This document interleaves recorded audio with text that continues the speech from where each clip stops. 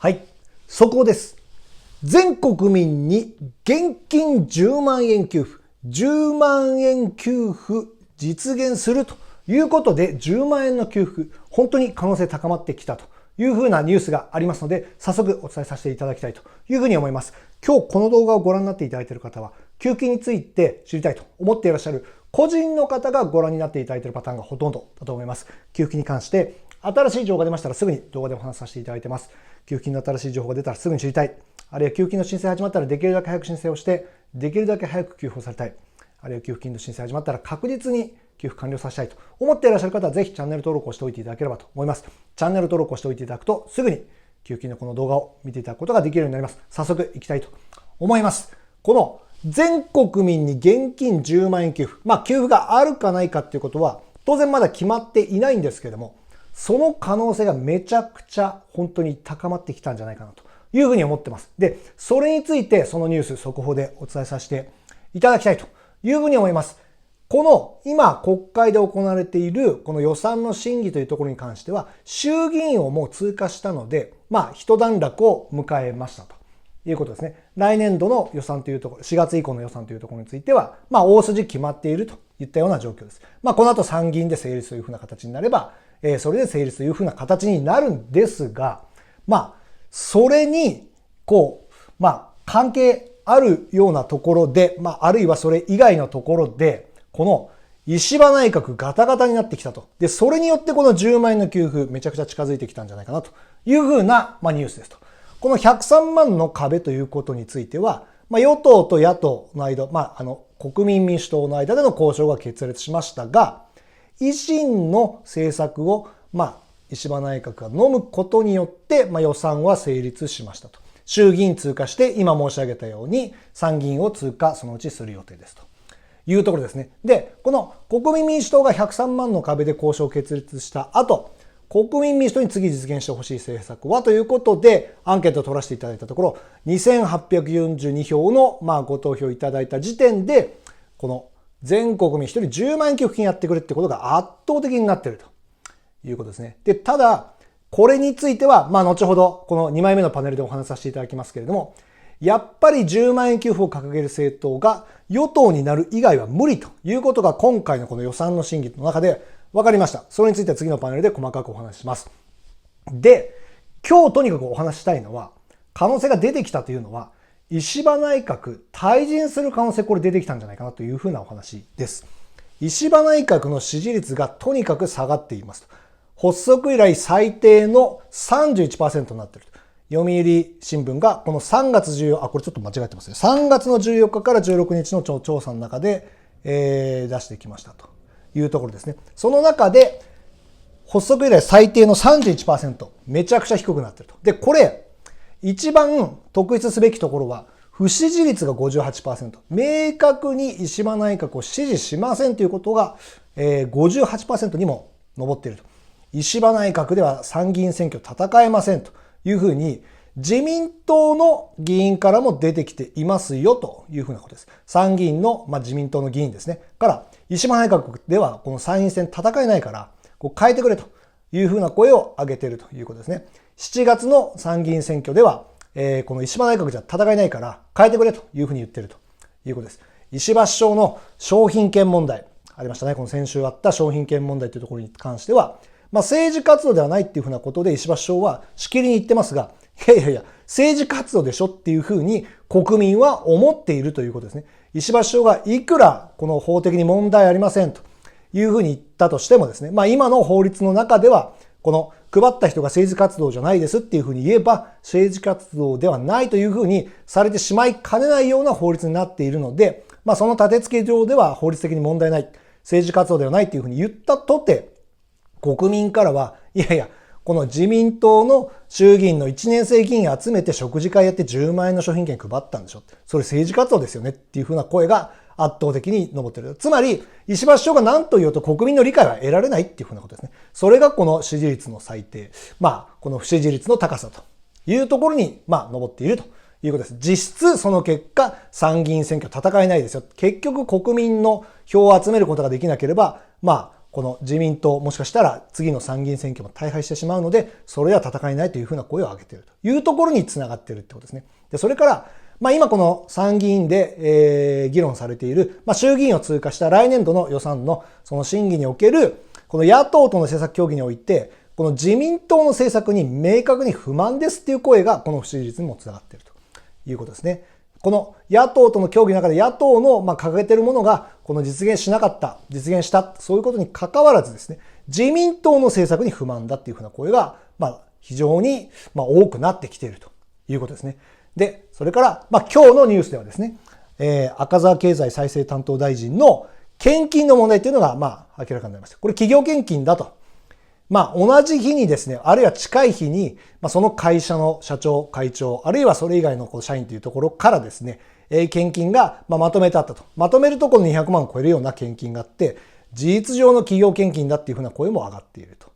いうことですね。で、この寄付した側の声とかっていうふうな、あるいはその会計責任者とかっていうところによると、いわゆるこの献金、企業献金ではなくて、その個人からの献金だって言い張ってるんですけども、これも同じですよね。事実上の企業献金だっていうふうなことで、国民の支持を集められないというふうなところ、国民の理解を得られないっていうふうなことですね。結局この石破内閣始めてからですね、この支持率がどんどん下がっていて、今 31% っていう形でめちゃくちゃ、低い支持率になっているということです。そうなった場合に、本当にこの石破内閣では参院選戦えないってなってですね、自民党総裁交代というふうになった場合、この石破内閣は、この衆議院の解散っていうのは今年、この予算の審議の中で予算が否決される。あるいはこの石破内閣の不信任というふうなこと、不信任案が可決ということになれば衆議院解散も辞さないというふうに言っていたんですが、この維新のこの賛成に、この自民党の予算に賛成するということによってこの予算は通過しましたし、あるいは維新もこの自分たちの掲げる政策について賛成してもらうということに関しては、この国会が終わった、この、国会の期末にですね、石破内閣の不信任案ということで、野党が出したとしても、それについてはもしかしたら反対に回る可能性もあるので、そうなると石破内閣のこの、内閣不信任案ということについても否決されて、衆議院解散はないんじゃないかなというふうに思っていましたと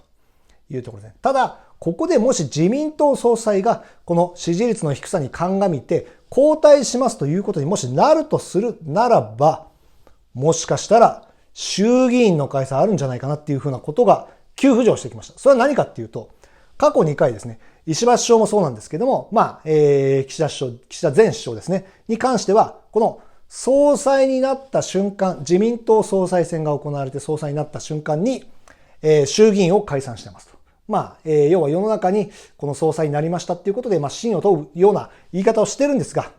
なんのことない、いわゆる自民党の中でですね、この支持率がどんどん下がってきていて、自民党の支持率が下がってきていて、苦境に立たされて、その総裁を変えると、首相をすげ替えるっていうふうなことによって、支持率が少し上がるんですね。で、その上がった瞬間を見計らって解散をしただけなんですけども、今回も非常に苦境ですと。このいろいろな問題、商品券とか、あるいはこの献金の問題、あるいはこの政策自体が支持されてないっていうふうなところ、そういったところによって、この石破内閣、この自民党総裁を交代ということになれば、石破首相ではなくなるということなので、新しく選ばれた自民党総裁、つまり新しく選ばれた首相ですよね、が、この衆議院の解散をやってくる可能性が出てきたということですね。少しでも支持率が上がっているうちに解散をしてしまおうというふうなことですね。ということで、もしかしたら、新しい総裁になって、衆議院の解散が行われる可能性が出てきたというところですね。それがどのタイミングで行われるというのは、定かではないんですけども、すぐに例えば総裁が変わってですね、そして何か例えば約束をしてですね、いついつまでに、予算のこの今回の参議院通過させてくれたりとか、あるいは何かこう掲げる政策について、合意を得るということによって、その後解散をするとかいうふうなことを約束するとか、わからないですけども、そういった可能性が出てきたと。今の自民党総裁のままではちょっと苦しいというふうなことになってきたということですね。で、解散が行われた場合、もちろん、この、例えば、自民党以外の政党が議席を伸ばすというふうな可能性もあります。そして、この参議院選挙っていうのはもう7月に行われることはもうこれ確実決定しているので、この参議院選挙で全国民10万円給付っていうのを推す政党が議席を大きく伸ばす可能性があるということです。全国民10万円給付を推す政党、これ何かっていうと、れいわ新選組だったり、あるいは国民民主党といったようなことですね。国民民主党の党首が先日、インターネットの YouTube ですね、の中で、お話をされてますと。れいわが大きく議席を伸ばすかもしれないというふうな話をしていますということですね。で、この国民民主党も、れいわと同じように、減税っていうことを掲げてますと。で、このれいわの減税っていうのは非常に、その支持するっていうふうなことを言っている、支持層も一定数いるというふうなことを説明されていました。で、そのれいわを支持するような政党っていうのは、その消費税廃止のような、いわゆる劇的にですね、減税をするっていうふうなことを言っていることに対しての支持をしている人が多いんだというふうなお話をされてました。ただ、国民としてもだいぶそっち側に寄っていってるっていうふうなこともお話しされてました。この国民民主党の掲げるこの減税っていうのは、どちらかというとモデレートっていうか、つまり、まろやかな、なんて言うんでしょう。劇的に消費税を本当に廃止するとかいうところまでいかないようなぐらいで、減税っていうところを言っているので、ちょっと内容は、なんて言うんでしょう。掲げる政策はそんなに一緒っていうことではないんですけども、減税というところでは割と近くて、その減税でもより、激しくですね、減税するんだっていうふうなことを掲げているれいわが大きく、支持を伸ばすような可能性もありますと。で、維新よりもれいわの方が支持率が高いというふうに出してきているっていうふうな、つまりれいわの支持率が維新よりも高いっていうふうに出してきている調査会社っていうのが出てきているというふうなことなんで、もしかしたらこの参議院選挙を迎えるにあたって維新はれいわに食われる可能性もあると。今後れいわが本当に大きく議席を伸ばす可能性が出てきたということを言っています。これ参議院選挙もそうなんですけども、もし衆議院選挙っていうことが、衆議院解散ということが今年行われたとしたならば、この前回の衆議院選挙、去年の10月に3倍増、議席を3倍増したれいわ新選組がもっと議席を伸ばしてくると。大きく議席を伸ばすというふうな可能性も出てきたというふうなところですね。この衆議院解散今年はないというふうに思っていたんですけども、もしかしたらこういった石破内閣の支持率がめちゃくちゃ下がること、あるいはいろんな問題が出てきたことによって自民党総裁も変えてくれと。自民党総裁変えることによって衆議院解散が行われる可能性が出てきたというふうなことですね。で、自民党総裁が、もし変わって衆議院の解散ということがあった場合、そういったれいわ新選組、国民民主党、非常に注目です。この2党は10万円給付金というのを掲げているので、この政党が大きく議席を伸ばすかどうかというところについては非常に注目ですし、全国民10万円給付金というのが実現する可能性というところに大きくかかってくるというところになります。というのも、ちょっと一つ前の動画でお話しさせていただいたように、結局自民党、いわゆる与党と政策協議するということについて、10万円給付金とか、野党の掲げる政策っていうのは実現する可能性があるっていうふうに、思ってきたんですけども、なかなか難しいという現実も、今回の予算の審議で明らかになりましたと。そもそもどの野党と組むかっていうことを選ばれてしまうっていうのが一つと、あとはもし組むことになったとしても、その政策の内容っていうのは、歪められてしまうっていうふうなことですね。それが分かったのが今回の野党と与党との、予算の審議でしたと。いくら与党が、少数与党ということになって議席を減らしたとしても、結局その組み方によっては野党の掲げる政策が実現しないというふうなことですね。で、もともと10万円給付金が実現すると思っていたシナリオっていうのは、この国民としては非常に苦しんで10万円給付金やってくれっていうふうなことを思っていて、それを例えば国民民主党は持っていたということですね。インフレ手当10万円給付っていうふうなことを掲げていて、そして議席数を増やしたりとかしてですね、自民党ともともと政策協議してたっていうのもあって、これは10万円給付金実現するかもっていうふうに思ってたんですけれども、この自民党が大敗して与党が過半数割れしたものの、この国民民主党と自民党と協議したところ、そもそも国民民主党が政策を掲げなかったと。その協議の中で政策を掲げない。つまり政策ブレたらなかなか難しいっていうところと、与党と政策を協議した維新もやっぱり内容ちょっと変えられちゃったりとかして、与党にならないと実現しないっていうことが分かりましたと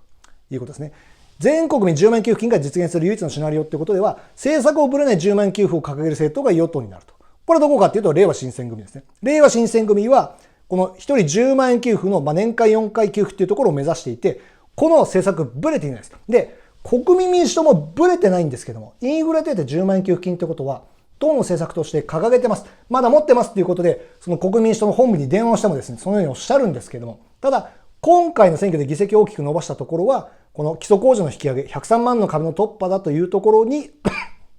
フォーカスして議席を大きく伸ばしたっていうふうなことで、であればそれを優先順位高くやっていくっていうふうなお話でした。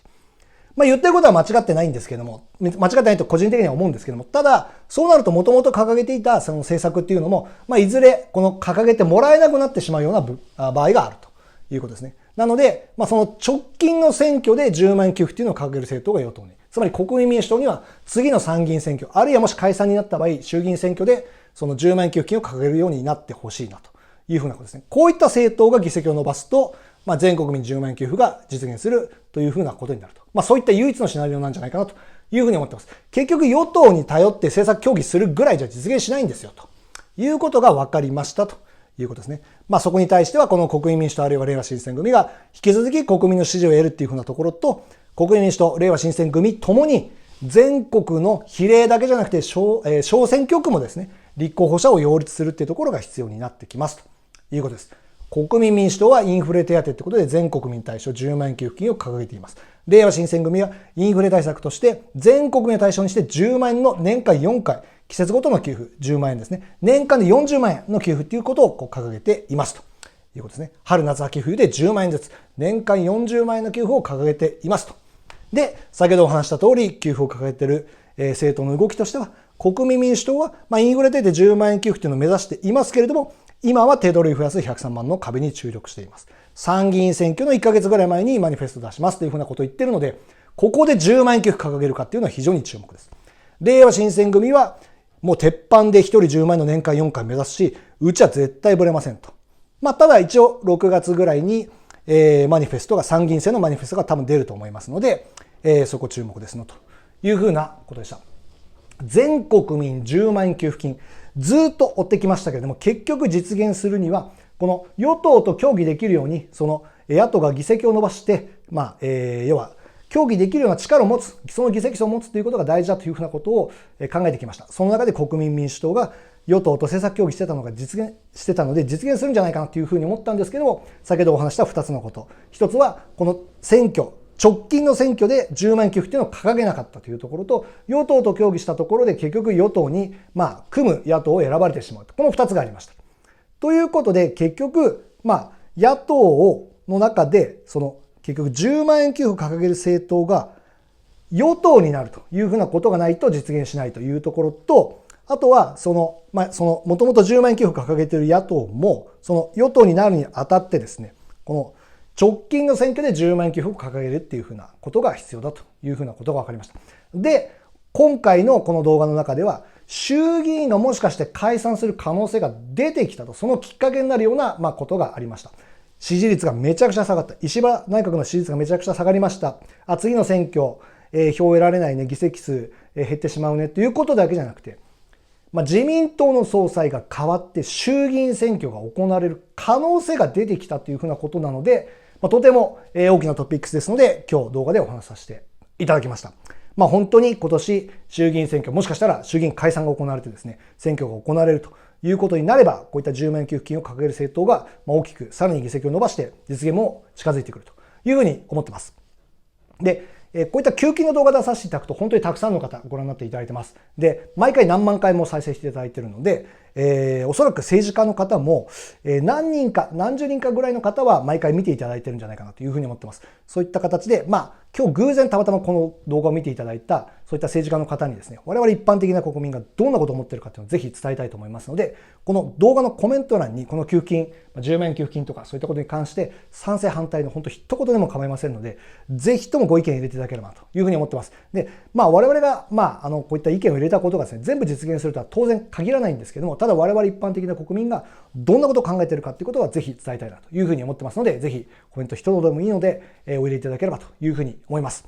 それから今日この動画をご覧になっていただいている方は個人の方でご覧になっていただいている方がほとんどだと思います。給付金に関して新しい情報が出たら知りたい。あるいは給付金の申請始まったらできるだけ早く申請して、できるだけ早く給付されたい。あるいは給付金の給付、確実に完了させたいというふうに思っていらっしゃる方がご覧になっていただいているパターンがほとんどだと思います。給付金に関して新しい情報が出ましたらすぐに動画でお話しさせていただいてますので、ぜひチャンネル登録をしておいていただければと思います。チャンネル登録をしておいていただくと、新しい給付金の動画が出た時にすぐにご覧になっていただくことができるようになります。今日も最後までご覧になっていただきましてありがとうございました。これでですね、もしかしたら衆議院の解散が行われるというふうなことになるような先週、そして今週のこの頭というところのこの石破内閣の支持率の低下といったようなニュースでした。これはただの支持率の低下じゃなくて、そういった内閣を変える、石破内閣を自民党総裁を変えて石破首相が辞めてですね、他の人が首相になるというところ、それに関して衆議院解散が行われる可能性が出てきたということについてお話をさせていただきました。今日も最後までご覧になっていただきましてありがとうございました。また情報ありましたらすぐにそこでお話しさせていただきたいと思います。ありがとうございました。